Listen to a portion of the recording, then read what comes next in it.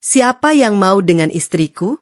Aku sudah bosan dengan istri kampungan seperti dia, teriak suami saat pesta di kantor. Bosnya tiba-tiba berdiri dan berkata, aku mau dengan senang hati. Suamiku langsung menyerahkanku kepada bosnya dengan meminta 500 batang emas. Tega kau mas, akan ku buat hidupmu menderita dan hidup di jalanan. Kehidupan sederhana Naila. Naila hidup bersama Raka di sebuah rumah kecil di pinggiran kota yang jauh dari kemewahan. Rumah itu sederhana, dengan dinding yang mulai kusam dan halaman sempit yang hanya cukup untuk satu pot bunga di sudutnya. Namun bagi Naila, tempat itu tetap disebut rumah, tempat ia pulang dan bertahan. Setiap pagi, Naila sudah bangun sebelum matahari benar-benar naik. Ia menyiapkan sarapan sederhana untuk Raka, biasanya hanya nasi hangat dengan lauk seadanya. Tidak pernah ada keluhan yang keluar dari bibirnya, meski kadang bahan makanan di dapur hampir habis sebelum akhir bulan. Naila dikenal sebagai sosok yang lembut. Tetangga-tetangga sering melihatnya tersenyum ramah meski hidupnya tidak mudah. Ia juga pekerja keras, sesekali membantu pekerjaan kecil dari rumah untuk menambah penghasilan. Semua itu ia lakukan tanpa banyak bicara, seolah sudah menjadi bagian dari hidup yang ia terima dengan sabar. Raka sendiri adalah suami yang sibuk bekerja di perusahaan besar di kota. Setiap pagi ia berangkat dengan pakaian rapi, sementara Naila hanya mengantar sampai depan pintu dengan senyum kecil. Hati-hati kerja, begitu biasanya ucap Naila, singkat namun penuh perhatian. Namun di balik kesederhanaan itu, Naila sering memendam kelelahan yang tidak pernah ia ucapkan. Ia tahu hidup mereka tidak mudah, tapi ia tetap percaya bahwa suatu hari semuanya akan membaik. Ia masih memegang teguh harapan bahwa Raka akan berhasil dan mereka bisa hidup lebih layak. Di malam hari, Naila sering duduk sendirian setelah pekerjaan rumah selesai.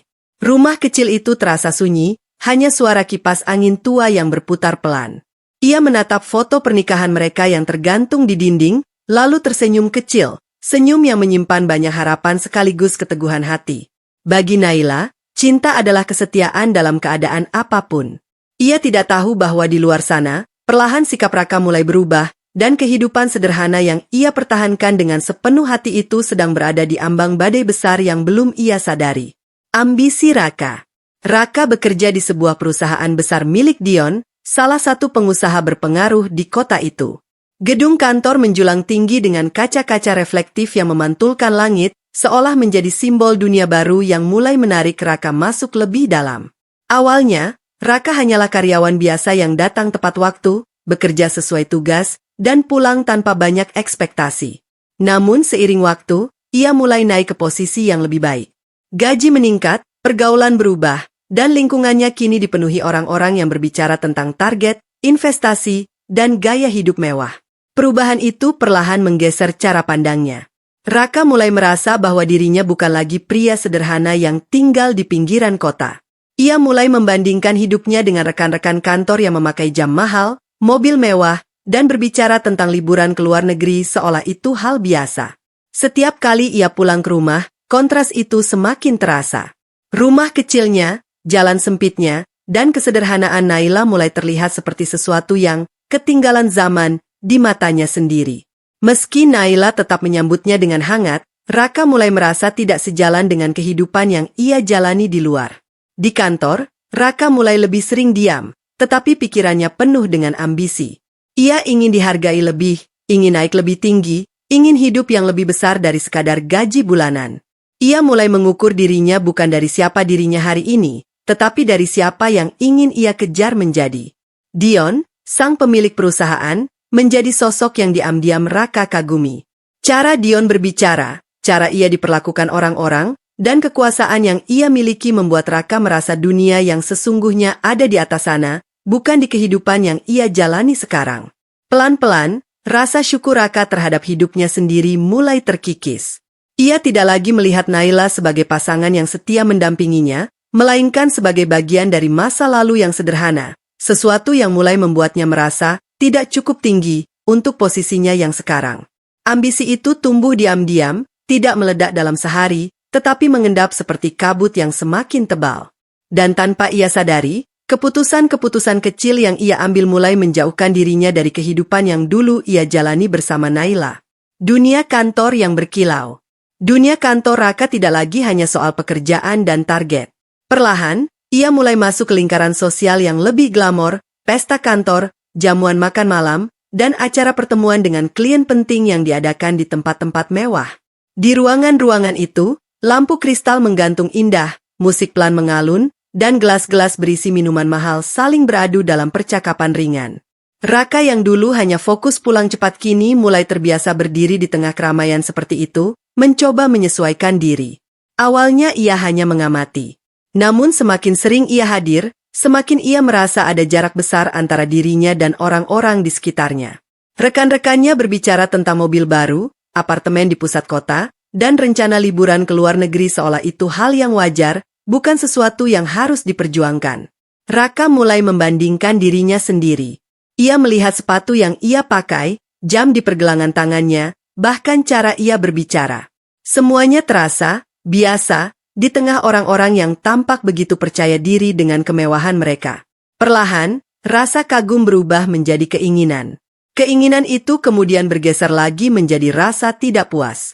Dan tanpa ia sadari, ketidakpuasan itu mulai berubah menjadi penilaian terhadap hidupnya sendiri.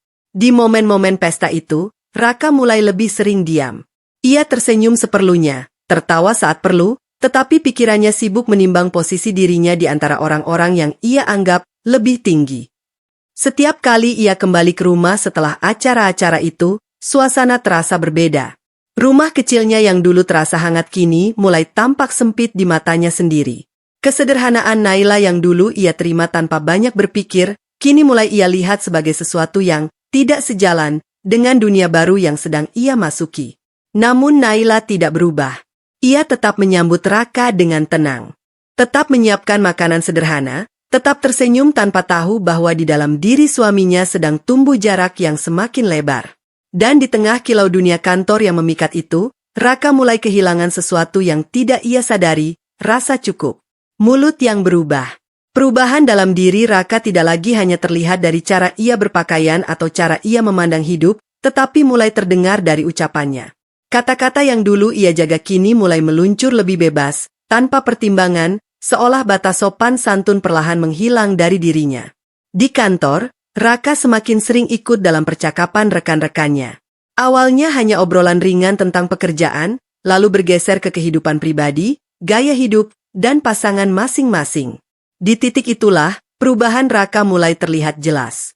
Ketika rekan-rekannya membahas pasangan mereka yang tampil modern, pintar bergaul, atau mendukung karir, Raka mulai tertawa kecil, tawa yang bukan lagi sekadar candaan, tetapi sindiran terhadap kehidupannya sendiri. Kalau soal pasangan, aku beda cerita, ucap Raka suatu hari di sela obrolan kantor. Nada suaranya terdengar santai, tetapi matanya menyimpan sesuatu yang lain. Beberapa orang menoleh, menunggu lanjutannya. Raka tersenyum tipis, lalu berkata lebih ringan dari yang seharusnya. Istriku, ya, bisa dibilang masih kampungan. Tidak nyambung kalau diajak ke lingkungan seperti ini. Suasana sempat hening sesaat, bukan karena tidak ada respons, tetapi karena beberapa orang tidak menyangka kata itu keluar begitu saja dari mulutnya. Namun Raka justru tertawa kecil, seolah itu hal yang wajar untuk dikatakan. Sejak saat itu, Raka mulai lebih berani melontarkan komentar serupa. Ia menyebut Naila dengan kata-kata yang merendahkan ketika membicarakan kehidupan rumah tangganya di kantor. Tidak ada rasa ragu, tidak ada rasa malu, hanya keinginan untuk terlihat lebih sesuai dengan lingkungan barunya. Di balik semua itu, Raka tidak menyadari bahwa setiap kata yang ia ucapkan perlahan membangun jarak yang lebih dalam antara dirinya dan kehidupan yang dulu pernah ia perjuangkan bersama Naila. Ia mulai menertawakan sesuatu yang dulu justru menjadi bagian dari alasannya bertahan. Sementara itu, di rumah, Naila tetap menjalani hari seperti biasa. Ia tidak pernah mendengar langsung kata-kata itu, tetapi ketenangan dalam dirinya perlahan mulai diuji oleh perubahan sikap Raka yang semakin dingin. Dan tanpa Raka sadari, setiap ucapan yang ia lontarkan di kantor bukan hanya mengubah pandangan orang lain terhadap Naila, tetapi juga mulai mengubah dirinya sendiri menjadi sosok yang semakin jauh dari orang yang dulu pernah ia cintai. Pesta di kantor. Malam itu, kantor berubah menjadi tempat yang sama sekali berbeda dari biasanya. Ruang utama yang biasanya dipenuhi meja kerja kini disulap menjadi aula pesta yang mewah. Lampu-lampu kristal menggantung, musik pelan mengalun, dan meja panjang dipenuhi hidangan mahal yang jarang Raka lihat dalam kehidupan sehari-hari. Semua karyawan hadir dengan pakaian terbaik mereka. Para petinggi perusahaan duduk di area khusus, berbincang santai sambil sesekali tertawa kecil. Suasana terasa hangat, namun juga penuh dengan batas-batas tak terlihat antara mereka yang berada di atas dan di bawah. Raka datang dengan setelan rapi, wajahnya terlihat lebih percaya diri dari biasanya. Di sisinya, Naila berjalan pelan dengan pakaian sederhana yang ia pilih sendiri. Meski tidak mencolok, penampilannya tetap bersih dan anggun dalam kesederhanaannya. Sejak awal memasuki ruangan, Naila sudah bisa merasakan perbedaan suasana itu. Tatapan orang-orang di sekitarnya tidak semua sama, ada yang ramah, ada yang sekadar lewat, dan ada juga yang memandangnya sekilas lalu berpaling. Namun Naila tetap mengikuti langkah Raka tanpa banyak bicara. Raka, di sisi lain, mulai menunjukkan sisi dirinya yang berbeda. Di depan rekan-rekan kantornya, ia lebih banyak tersenyum, lebih sering tertawa, dan berbicara dengan nada yang terasa ingin menyesuaikan diri dengan lingkungan sekitarnya. Namun di balik itu, ada ketegangan halus setiap kali ia melirik Naila. Naila berdiri di sampingnya dengan tenang, berusaha memahami suasana yang asing baginya. Ia tidak banyak bertanya, hanya mengikuti alur malam itu dengan sikap yang tetap sopan dan sederhana. Beberapa rekan Raka sempat menyapa Naila dengan ramah, namun percakapan itu tidak berlangsung lama. Dalam beberapa momen, Raka terlihat lebih sering berpindah perhatian ke orang-orang penting di ruangan itu, seolah ingin memastikan dirinya terlihat setara dengan mereka. Di sudut ruangan, Dion duduk mengamati suasana dengan tenang. Tatapannya sesekali berhenti pada Naila, namun tidak ada yang bisa menebak apa yang ia pikirkan. Pesta itu berjalan seperti biasa, musik, tawa, dan percakapan ringan. Namun di balik kemeriahan itu, sesuatu mulai bergerak perlahan. Sebuah titik kecil yang akan segera mengubah arah malam tersebut tanpa disadari oleh hampir semua orang di ruangan itu. Penghinaan di depan umum. Suasana pesta di kantor awalnya berjalan seperti biasa. Musik pelan mengalun, gelas-gelas beradu, dan tawa kecil terdengar dari berbagai sudut ruangan. Naila berdiri tidak jauh dari Raka, tetap dengan sikap tenang meski ia merasa asing di tengah keramaian itu. Raka sejak tadi terlihat semakin larut dalam suasana. Ia berpindah dari satu kelompok ke kelompok lain, berbicara lebih keras dari biasanya, tertawa lebih lepas, seolah ingin menunjukkan bahwa dirinya adalah bagian dari dunia besar yang sedang ia masuki. Namun perlahan, ada sesuatu dalam dirinya yang berubah. Entah karena pengaruh alkohol, tekanan lingkungan, atau dorongan ego yang sudah lama dipendam, Raka mulai kehilangan kendali atas cara ia membawa dirinya. Tatapan beberapa orang mulai mengarah padanya ketika suaranya semakin meninggi. Naila yang berada di dekatnya sempat menoleh, merasa ada sesuatu yang tidak biasa dari sikap suaminya malam itu. Lalu, dalam satu momen yang membuat seluruh ruangan mulai menurunkan suara mereka, Raka melangkah sedikit ke tengah area pesta. Ia berhenti, menarik napas, lalu menatap sekeliling dengan ekspresi yang sulit dibaca. Dan tanpa peringatan, suara Raka meledak di tengah ruangan. Siapa yang mau dengan istriku? Aku sudah bosan dengan istri kampungan seperti dia. Kalimat itu menggema, memotong musik yang masih berjalan pelan di latar belakang. Dalam hitungan detik, ruangan yang tadinya ramai berubah menjadi hening. Beberapa orang berhenti bergerak. Ada yang menoleh dengan tidak percaya, ada yang langsung menunduk. Dan ada pula yang terpaku, tidak yakin apakah mereka baru saja mendengar hal yang benar. Naila berdiri diam.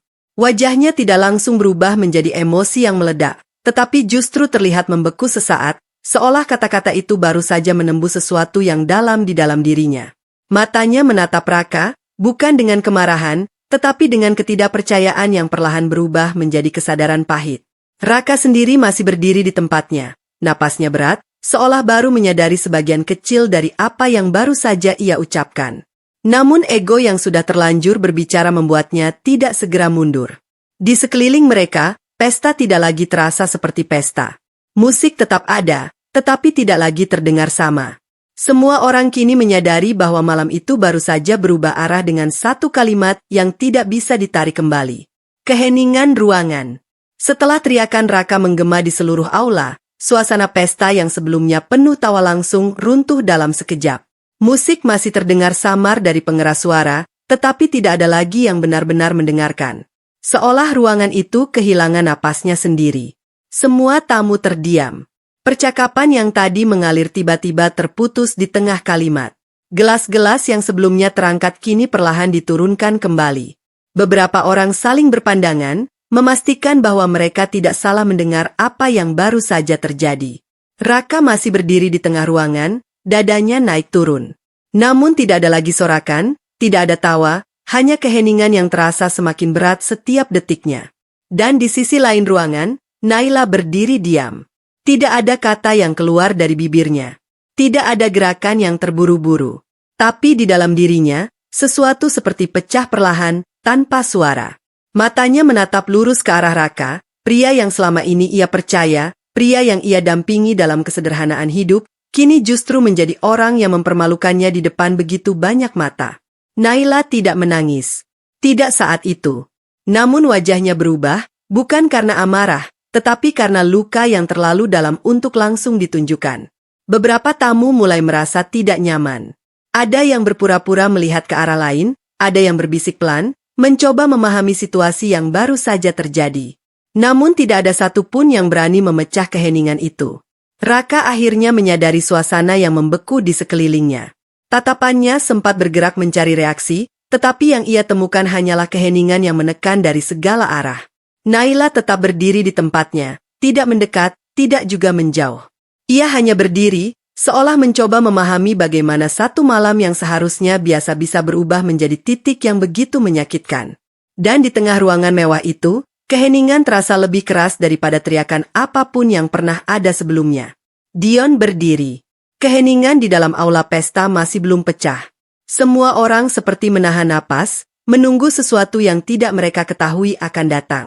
Raka masih berdiri di tengah ruangan, sementara Naila tetap di tempatnya, wajahnya tenang namun jelas menyimpan luka yang tidak terlihat sepenuhnya oleh orang lain. Di ujung ruangan, Dion duduk dengan posisi yang sejak tadi tidak banyak berubah. Ia tidak ikut bereaksi saat Raka berteriak, tidak juga langsung menanggapi keheningan yang terjadi setelahnya. Namun malam itu, untuk pertama kalinya, ia bergerak. Pelan. Dion berdiri dari kursinya. Gerakan itu tidak tergesa-gesa, tetapi cukup untuk menarik perhatian beberapa orang di sekitarnya. Percakapan kecil yang mulai muncul kembali langsung berhenti lagi. Mata-mata kembali mengarah ke satu titik. Dion melangkah maju. Langkahnya tenang, mantap, tanpa keraguan. Ia tidak menatap Raka terlebih dahulu. Pandangannya justru langsung tertuju pada Naila yang masih berdiri di tengah ruangan, seperti seseorang yang sedang mencoba tetap tegak di tengah badai yang baru saja menghantamnya. Tatapan Dion tajam, namun tidak kasar. Ada sesuatu di dalamnya yang sulit dibaca, bukan emosi yang meledak, melainkan ketenangan yang justru membuat orang lain merasa lebih waspada. Naila menyadari tatapan itu. Ia tidak mundur, tidak juga mencoba mencari perlindungan. Ia hanya menatap balik dengan diam, meski hatinya masih bergetar oleh apa yang baru saja terjadi. Raka yang berada tidak jauh darinya mulai merasakan perubahan suasana. Kehadiran Dion di tengah momen itu membuat ruangan terasa semakin berat, seolah keputusan besar sedang mulai terbentuk tanpa ada yang benar-benar memahami arahnya. Dion berhenti beberapa langkah dari posisi Naila. Ia tidak langsung berbicara. Hanya diam, mengamati, seolah sedang memastikan sesuatu yang hanya ia sendiri yang mengerti. Di sekeliling mereka, tamu-tamu masih terdiam. Tidak ada yang berani memotong momen itu, karena semua orang tahu, ketika Dion berdiri dan mulai memperhatikan seseorang seperti itu, biasanya sesuatu yang besar akan segera terjadi. Dan malam itu, semua mata perlahan mulai memahami bahwa pusat perhatian pesta bukan lagi Raka, tetapi Naila. Kalimat yang mengubah segalanya. Keheningan masih menggantung di udara ketika Dion berdiri di tengah ruangan, menatap Naila dengan sorot mata yang tenang namun sulit ditebak. Semua orang menunggu, seolah sadar bahwa apapun yang akan diucapkan Dion, akan menjadi titik balik malam itu. Raka masih berdiri tidak jauh dari Naila, dadanya naik turun, tapi kali ini bukan lagi karena emosi yang ia lepaskan sebelumnya. Ada sesuatu yang mulai membuatnya gelisah, ketika ia menyadari arah perhatian Dion tidak lagi ke dirinya. Dion menarik napas pelan. Lalu suaranya terdengar jelas, tegas, tanpa ragu. Aku mau dengan senang hati. Seketika itu juga, ruangan seperti meledak dalam keheningan yang berubah menjadi kegemparan.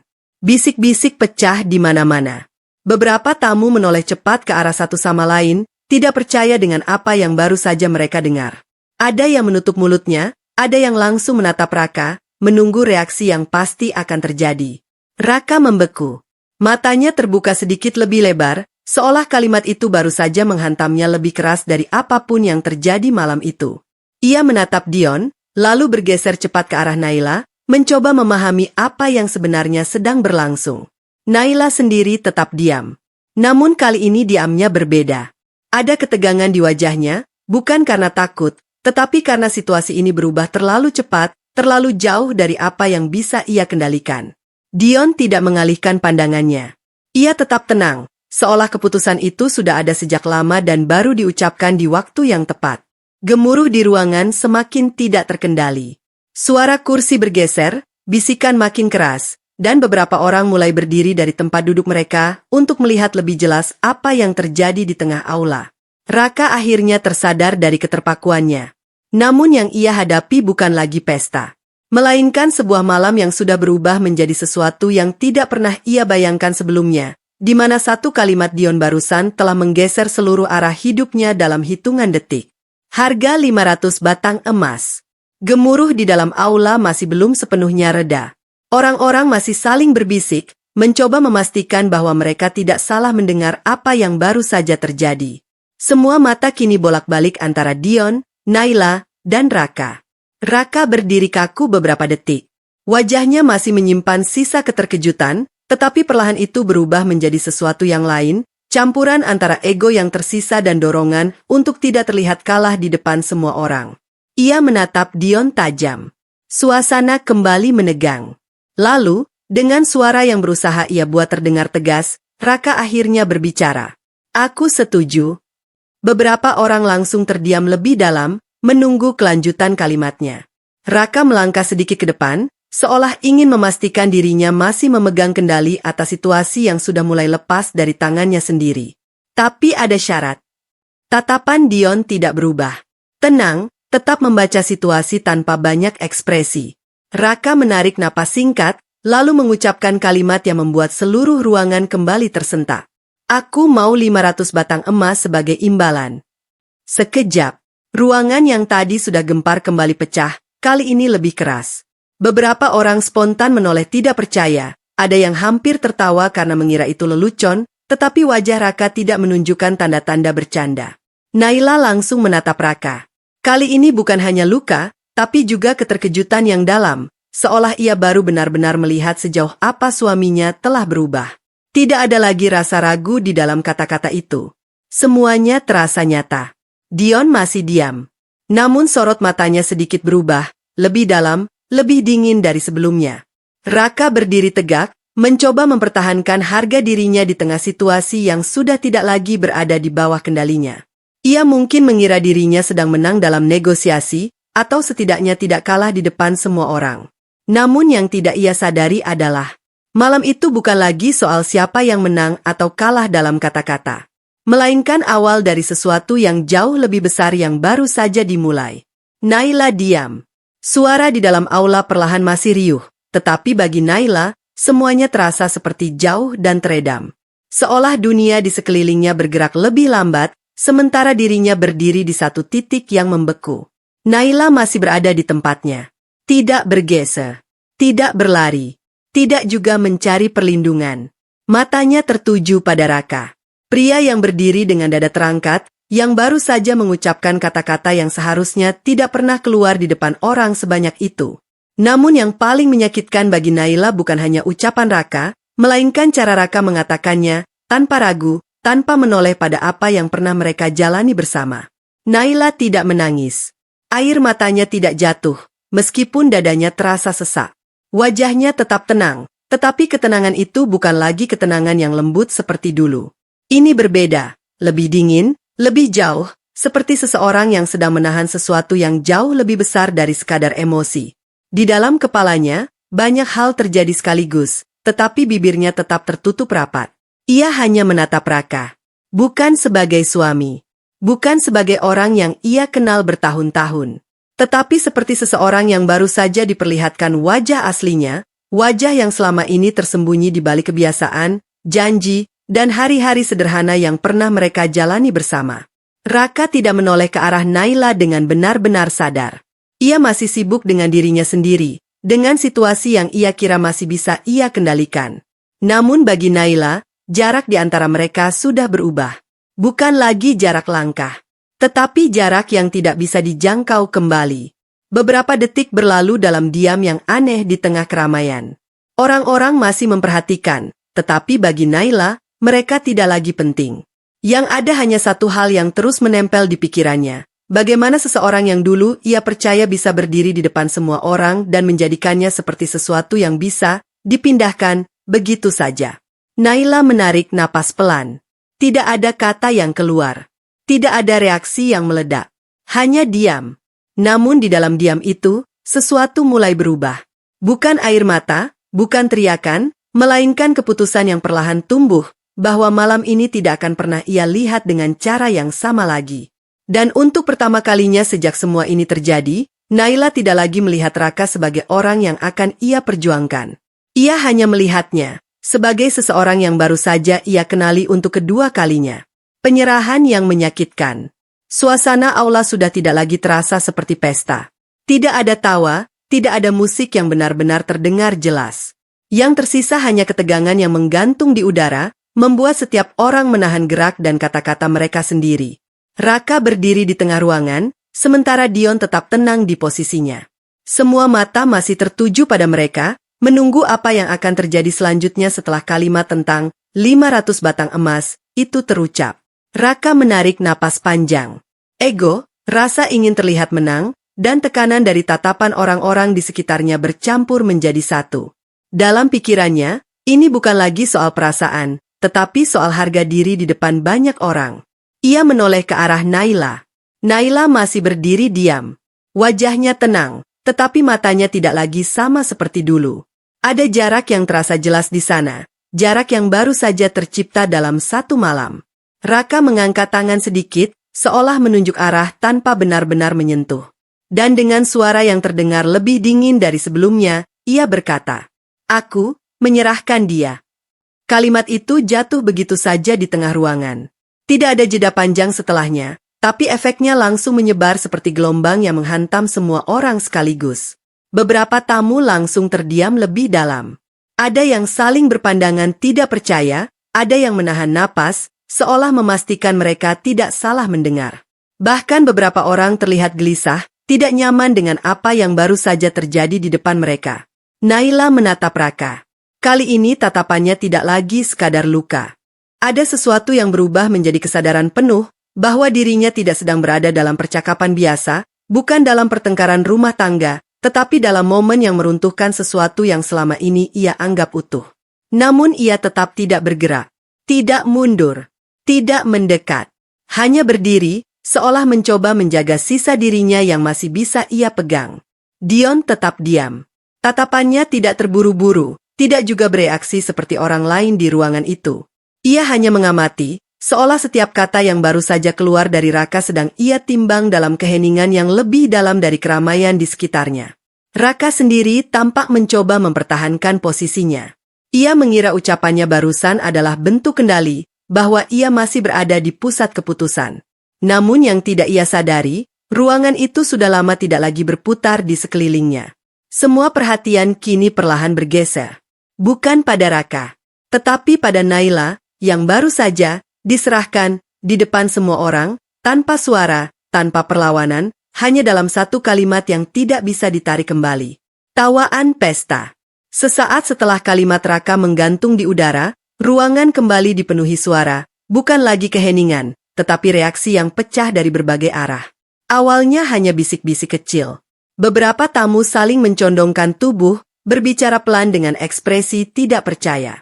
Namun perlahan, suasana itu berubah menjadi tawa-tawa kecil yang tidak bisa sepenuhnya ditahan. Ada yang tertawa karena mengira itu bagian dari lelucon bisnis yang tidak mereka pahami. Ada juga yang menertawakan ketegangan absurd yang terjadi di depan mereka. Namun di balik semua itu, tetap ada rasa tidak nyaman yang samar, seolah mereka tahu bahwa apa yang sedang terjadi bukan sesuatu yang seharusnya ditertawakan. Beberapa gelas kembali diangkat, seakan orang-orang mencoba kembali ke pesta, meski suasana sudah retak. Di sudut lain, ada yang menatap Raka dengan ekspresi aneh, bukan kagum, bukan juga hormat, tetapi seperti melihat seseorang yang kehilangan arah di tengah panggung yang ia sendiri tidak pahami lagi. Raka berdiri dengan dada terangkat, mencoba mempertahankan citra dirinya di tengah reaksi orang-orang itu. Ia tertawa kecil, seolah semua ini masih berada dalam kendalinya. Namun tawa itu terdengar kosong, tidak benar-benar menyatu dengan suasana. Di sisi lain ruangan, Naila masih berdiri. Tidak ikut tertawa. Tidak ikut menunduk. Tidak juga mencoba menjauh dari pusat perhatian. Ia hanya berdiri tegak di tempatnya, dengan wajah yang tenang namun keras di dalam. Matanya tidak berkeliling mencari bantuan, tidak juga mencari pembenaran dari siapapun di ruangan itu.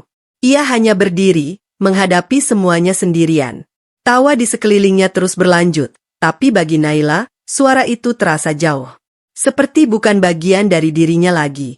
Di dalam dirinya, sesuatu sudah berubah sejak tadi. Bukan lagi soal rasa sakit yang baru saja datang, tetapi kesadaran bahwa ia tidak perlu lagi runtuh bersama keramaian itu. Dion masih diam, mengamati dari kejauhan, sementara suasana pesta perlahan berubah menjadi sesuatu yang aneh, campuran antara hiburan bagi sebagian orang, dan momen yang tidak bisa dilupakan bagi yang lain. Namun di tengah semua itu, Naila tetap berdiri. Tegak, seperti seseorang yang meski sedang dihina oleh keadaan, tetap memilih untuk tidak jatuh di tempat yang sama dengan mereka yang menertawakannya. Pulang tanpa suami. Malam semakin larut ketika pesta di kantor itu, akhirnya tidak lagi terasa seperti pesta. Suara musik masih terdengar samar, tetapi bagi Naila, semuanya sudah seperti latar belakang yang jauh dan tidak penting. Tanpa banyak kata, tanpa ada yang benar-benar menghentikannya, Naila perlahan melangkah keluar dari aula. Tidak ada tangan yang menggenggamnya. Tidak ada suara yang memanggilnya kembali dengan lembut. Raka tidak mengikutinya. Dan Naila tidak menoleh ke belakang.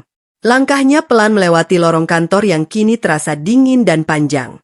Lampu-lampu putih di langit-langit memantulkan bayangan tubuhnya yang berjalan sendiri. Setiap langkah terdengar jelas, seperti menandai jarak yang semakin menjauh dari malam yang baru saja menghancurkan sesuatu dalam hidupnya. Di luar gedung, udara malam menyambutnya dengan hening. Jalanan kota masih ramai, tetapi semua itu terasa seperti dunia lain yang tidak menyentuhnya. Naila berdiri sejenak di tepi jalan. Tidak ada air mata yang jatuh. Wajahnya tetap tenang, tetapi ketenangan itu bukan lagi ketenangan yang ringan seperti dulu. Ini adalah ketenangan seseorang yang sedang menahan badai di dalam dirinya sendiri. Ia menarik napas pelan, lalu berjalan menuju halte atau arah pulang yang ia kenal, sendirian. Tidak ada percakapan di perjalanan.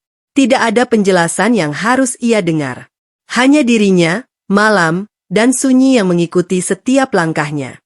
Sesekali, ingatannya kembali pada wajah Raka di tengah ruangan tadi. Kata-kata yang diucapkan tanpa ragu, tatapan yang tidak lagi mengenal lembutnya masa lalu. Semua itu terus berputar di kepalanya, bukan sebagai tangisan, tetapi sebagai kenyataan yang perlahan mulai ia terima. Saat rumah kecil itu akhirnya terlihat di kejauhan, Naila berhenti sejenak. Rumah yang dulu selalu ia anggap tempat pulang, kini berdiri dalam kesunyian yang berbeda. Ia membuka pintu perlahan, masuk, dan menutupnya kembali tanpa suara. Di dalam rumah itu, Naila akhirnya duduk sendiri. Tidak ada Raka. Tidak ada penjelasan. Hanya luka yang tidak terlihat oleh siapapun, tetapi terasa jelas di setiap sudut keheningan malam itu. Keputusan Naila. Rumah kecil itu terasa lebih sunyi dari biasanya. Bukan karena tidak ada suara, tetapi karena sesuatu di dalamnya sudah berubah. Seolah ruang-ruang yang dulu hangat kini menyisakan gema yang dingin dan asing. Naila duduk di ruang tengah. Lampu redup menyala, cukup untuk menerangi wajahnya yang tenang namun tidak lagi sama seperti sebelumnya. Ia tidak menangis lama. Air mata yang sempat ada sudah berhenti, seolah tubuhnya sendiri menolak untuk terus tenggelam di dalam rasa sakit yang berulang. Di atas meja kecil, masih ada barang-barang sederhana yang biasa ia gunakan sehari-hari. Namun malam itu, semuanya terasa seperti milik kehidupan yang berbeda, kehidupan yang perlahan mulai menjauh darinya. Naila menarik napas pelan. Tidak tergesa, tidak gemetar. Hanya satu tarikan napas yang dalam, seperti mencoba menata ulang dirinya sendiri yang baru saja retak di depan banyak orang. Bayangan Raka kembali muncul di pikirannya. Bukan hanya ucapan di pesta, tetapi juga cara ia berdiri. Cara ia menyerahkan sesuatu yang seharusnya tidak pernah dianggap sebagai barang. Semua itu tidak lagi terasa seperti mimpi buruk yang bisa dilupakan, tetapi kenyataan yang harus ia hadapi. Namun yang mengejutkan, Naila tidak lagi bertanya, mengapa? Ia mulai bertanya, apa selanjutnya? Tangannya bergerak pelan merapikan bagian meja, bukan karena rumah itu berantakan, tetapi karena ia sedang mencoba mengembalikan kendali kecil atas sesuatu yang masih bisa ia atur. Di dalam dirinya, sesuatu mulai terbentuk. Bukan amarah yang meledak-ledak, bukan tangisan yang tak berujung, tetapi keputusan yang tenang, dingin, dan jelas. Naila menyadari satu hal sederhana. Ia tidak bisa mengubah apa yang sudah terjadi di pesta itu, tetapi ia masih bisa menentukan apa yang akan terjadi setelahnya. Ia berdiri, melangkah ke arah kamar, membuka lemari perlahan, bukan untuk melarikan diri, tetapi untuk mulai melihat kembali apa yang ia miliki, hidupnya sendiri, pikirannya sendiri, dan masa depannya yang tidak lagi bergantung pada seseorang yang sudah memilih menjauh darinya di depan banyak orang. Malam itu, Naila tidak hancur. Ia sedang mengumpulkan dirinya kembali. Rahasia Dion. Di balik gemerlap perusahaan besar itu, Dion bukan hanya dikenal sebagai pemilik yang tegas, tetapi juga sebagai sosok yang jarang menunjukkan sisi pribadinya. Hampir tidak ada orang yang benar-benar tahu apa yang ia perhatikan atau rencanakan di balik sikap tenangnya. Namun jauh sebelum malam pesta itu terjadi, Dion sudah mengenal nama Naila. Bukan karena urusan Raka. Bukan karena drama yang baru saja meledak. Melainkan karena sesuatu yang lebih lama, lebih tenang, dan tidak pernah disadari oleh Naila sendiri. Beberapa waktu sebelumnya, Dion pernah melihat Naila secara tidak sengaja di lingkungan kantor. Bukan sebagai pusat perhatian, bukan sebagai istri seorang karyawan, tetapi sebagai sosok yang berdiri di balik kesederhanaan, tenang, tidak berlebihan, namun memiliki cara berpikir yang berbeda dari kebanyakan orang di sekitarnya. Ada sesuatu dari cara Naila mendengarkan orang lain, cara ia merespons dengan singkat namun tepat, yang menarik perhatian Dion. Bagi sebagian orang mungkin itu hal kecil, tetapi bagi Dion, hal-hal kecil justru sering menunjukkan sesuatu yang besar. Sejak saat itu, tanpa banyak orang tahu, Dion mulai memperhatikan. Bukan dalam arti mengawasi dengan niat memiliki. Bukan juga dengan tujuan menguasai. Tetapi lebih seperti seseorang yang sedang memastikan apakah ia melihat sesuatu yang layak diperhatikan lebih jauh. Dan semakin ia memperhatikan, semakin ia menyadari satu hal, Naila bukan hanya istri dari Raka. Ia adalah seseorang yang memiliki ketenangan berpikir di tengah situasi yang seringkali dipenuhi ego dan kepura-puraan. Di perusahaan, Dion juga pernah mendengar bagaimana Raka berbicara tentang hidupnya sendiri, tentang orang-orang di sekitarnya, dan tentang Naila. Namun tidak satu pun dari itu mengubah pandangan Dion terhadap Naila. Justru sebaliknya, itu membuatnya semakin jelas melihat perbedaan antara citra yang dibangun Raka dan kenyataan yang ada. Bagi Dion, kecerdasan tidak selalu terlihat dari posisi atau status. Kadang justru terlihat dari cara seseorang tetap tenang di tempat yang tidak adil. Malam pesta itu, ketika semuanya meledak, Dion tidak bertindak karena emosi. Tidak ada niat spontan. Semua yang ia lakukan hanyalah lanjutan dari pengamatan yang sudah lama ia simpan. Dan di balik semua kekacauan yang terjadi, satu hal tetap sama dalam pandangan Dion. Naila bukan seseorang yang pantas diremehkan. Bukan untuk dimiliki, bukan untuk dipamerkan, tetapi untuk dihargai, sebagai seseorang yang pikirannya lebih dalam daripada apa yang dilihat orang-orang di ruangan itu malam itu. Awal rencana. Pagi setelah malam panjang itu, rumah kecil Naila kembali dipenuhi sunyi yang berbeda. Bukan sunyi yang kosong, tetapi sunyi yang penuh dengan pikiran yang tidak lagi bisa dipadamkan. Naila duduk di depan meja kecilnya dengan secangkir air hangat yang sudah mulai dingin. Matanya tidak lagi sembab seperti malam sebelumnya, tetapi lebih tajam, lebih fokus, seolah ada sesuatu di dalam dirinya yang sudah berubah menjadi lebih terarah. Ia tidak lagi menunggu penjelasan dari Raka. Tidak lagi berharap keadaan kembali seperti dulu. Yang ada sekarang adalah langkah-langkah kecil yang mulai ia susun sendiri. Di hari-hari berikutnya, Naila mulai bergerak dengan tenang. Ia tidak terburu-buru, tidak menarik perhatian siapapun. Dari luar, hidupnya terlihat tetap sederhana seperti biasa, tetap keluar rumah di waktu yang sama, tetap menjalani rutinitas tanpa banyak perubahan mencolok. Namun di balik itu, ia mulai mengumpulkan informasi. Pelan-pelan, diam-diam. Nama Raka, yang dulu hanya ia kenal sebagai suami, kini mulai ia lihat dari sudut yang berbeda. Naila mulai memperhatikan pola pekerjaannya, lingkaran pergaulannya di kantor, hingga orang-orang yang sering muncul di sekitarnya. Ia tidak bertanya langsung. Ia tidak membuat keributan. Ia hanya mendengar, mengingat, dan menyusun potongan-potongan kecil yang ia temukan dari berbagai arah. Sesekali, Naila juga mulai memperhatikan perusahaan tempat Raka bekerja, struktur, orang-orang penting di dalamnya, serta hubungan yang tidak terlihat di permukaan. Semuanya ia lakukan tanpa suara, seperti seseorang yang sedang membaca peta dalam gelap. Setiap informasi yang ia dapatkan ia catat dengan rapi, bukan untuk membalas dengan emosi, tetapi untuk memahami situasi secara utuh. Di dalam dirinya, tidak ada lagi pertanyaan, mengapa ini terjadi.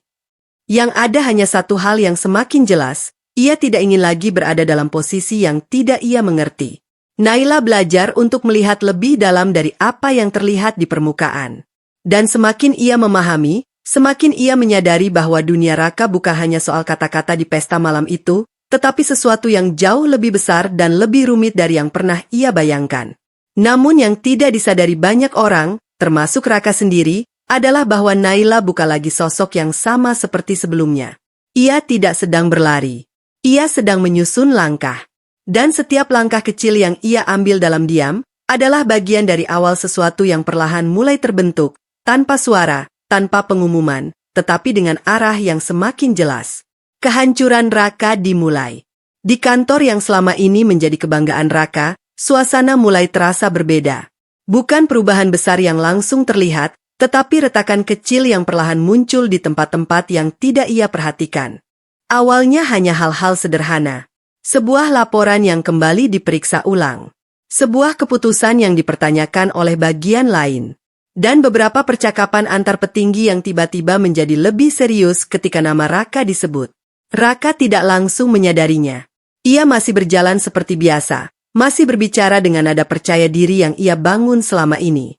Namun di balik itu, ada sesuatu yang mulai bergerak tanpa sepengetahuannya, kesalahan-kesalahan kecil yang selama ini ia abaikan, kini mulai kembali ke permukaan satu persatu. Beberapa rekan kerja mulai menjauh secara halus.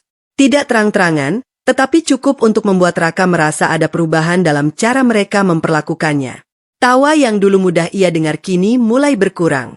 Percakapan yang dulu terasa ringan kini menjadi lebih hati-hati ketika ia mendekat. Di ruang rapat, beberapa data yang ia tangani mulai dipertanyakan. Ada ketidaksesuaian kecil yang sebelumnya tidak dianggap penting, kini justru menjadi bahan evaluasi ulang. Raka mulai merasa terganggu, tetapi ia belum benar-benar memahami arah situasi ini. Ia mencoba tetap tenang, tetap menunjukkan bahwa dirinya masih berada di posisi yang sama seperti sebelumnya. Namun semakin hari, semakin banyak hal yang tidak lagi bisa ia kendalikan dengan kata-kata atau sikap percaya dirinya. Di balik semua itu, Dion tetap terlihat tenang. Tidak ada reaksi berlebihan, tidak ada keputusan yang diumumkan secara tiba-tiba. Hanya pengamatan yang lebih dalam dari biasanya, seperti seseorang yang sedang memastikan setiap bagian dari sebuah gambar sebelum mengambil langkah berikutnya. Raka tidak tahu bahwa setiap kesalahan kecil yang mulai muncul bukanlah kebetulan. Satu persatu, jejak yang dulu ia anggap aman kini mulai terbuka kembali. Dan untuk pertama kalinya, Raka mulai merasakan sesuatu yang belum pernah ia hadapi sebelumnya di dunia kantornya, bukan persaingan, bukan tekanan biasa, tetapi pergeseran posisi yang perlahan mengarah pada sesuatu yang jauh lebih serius. Namun ia masih belum mau mengakuinya. Karena mengakui berarti menerima bahwa sesuatu yang ia anggap stabil selama ini, sebenarnya sudah mulai runtuh tanpa ia sadari. Balik arah. Di sebuah ruang kerja yang tenang di lantai atas gedung perusahaan, Dion duduk tanpa banyak gerakan. Di hadapannya, Naila berdiri dengan sikap yang tidak lagi ragu seperti di awal semuanya dimulai. Tidak ada suasana emosional seperti malam pesta itu. Tidak ada ledakan kata-kata. Yang ada hanya keheningan yang terarah, seperti dua orang yang sedang menyusun sesuatu dengan sangat hati-hati. Naila tidak lagi terlihat sebagai sosok yang diserahkan oleh Raka di depan banyak orang. Sekarang, ia hadir sebagai seseorang yang memilih untuk berdiri di tempat ini dengan kesadarannya sendiri. Dion membuka beberapa dokumen di meja. Data, laporan, dan rangkaian catatan yang selama beberapa waktu terakhir perlahan terkumpul. Bukan hanya tentang Raka, tetapi juga tentang pola kerja, keputusan, dan celah yang selama ini tidak terlihat jelas di permukaan. Semua yang kamu kumpulkan sudah sesuai, suara Dion tenang, tanpa nada memuji berlebihan. Naila hanya mengangguk kecil. Ia tidak tersenyum, tidak juga menunjukkan kebanggaan. Wajahnya tetap fokus, seperti seseorang yang sudah lama berhenti melihat ini sebagai urusan pribadi semata. Dion lalu menatapnya sebentar. Di titik ini, banyak orang di luar mungkin masih salah paham. Mengira ada kepemilikan, mengira ada permainan kekuasaan atau emosi yang rumit antara mereka. Namun kenyataannya berbeda. Dion tidak pernah benar-benar memiliki Naila. Yang terjadi adalah kerjasama. Sebuah kesepakatan yang tidak diucapkan dengan cara biasa, tetapi dibangun dari pemahaman bahwa Raka bukan hanya telah merendahkan seseorang di ruang pribadi, tetapi juga menyimpan banyak celah profesional yang selama ini dibiarkan. Naila menjadi bagian penting dalam proses itu, bukan sebagai objek, melainkan sebagai orang yang memahami Raka lebih dalam daripada siapapun di perusahaan. Dia mulai kehilangan kendali di kantor, kata Dion akhirnya. Dan itu bukan karena kebetulan. Naila menatap ke arah dokumen di meja. Dia terlalu lama merasa aman, jawabnya singkat. Kalimat itu datar, tetapi di dalamnya ada pemahaman yang jauh lebih dalam tentang seseorang yang pernah ia kenal dekat. Dion menutup salah satu folder. Kalau kita lanjutkan, ini akan terbuka lebih besar. Tidak hanya untuk posisinya, tapi juga reputasinya. Naila tidak langsung menjawab. Untuk sesaat, ia hanya diam, bukan karena ragu, tetapi karena memastikan dirinya sendiri tidak lagi terjebak pada emosi lama. Aku tidak ingin balas dendam, katanya akhirnya. Aku hanya ingin semuanya terlihat sebagaimana adanya. Dion mengangguk pelan, seolah itu adalah jawaban yang ia tunggu.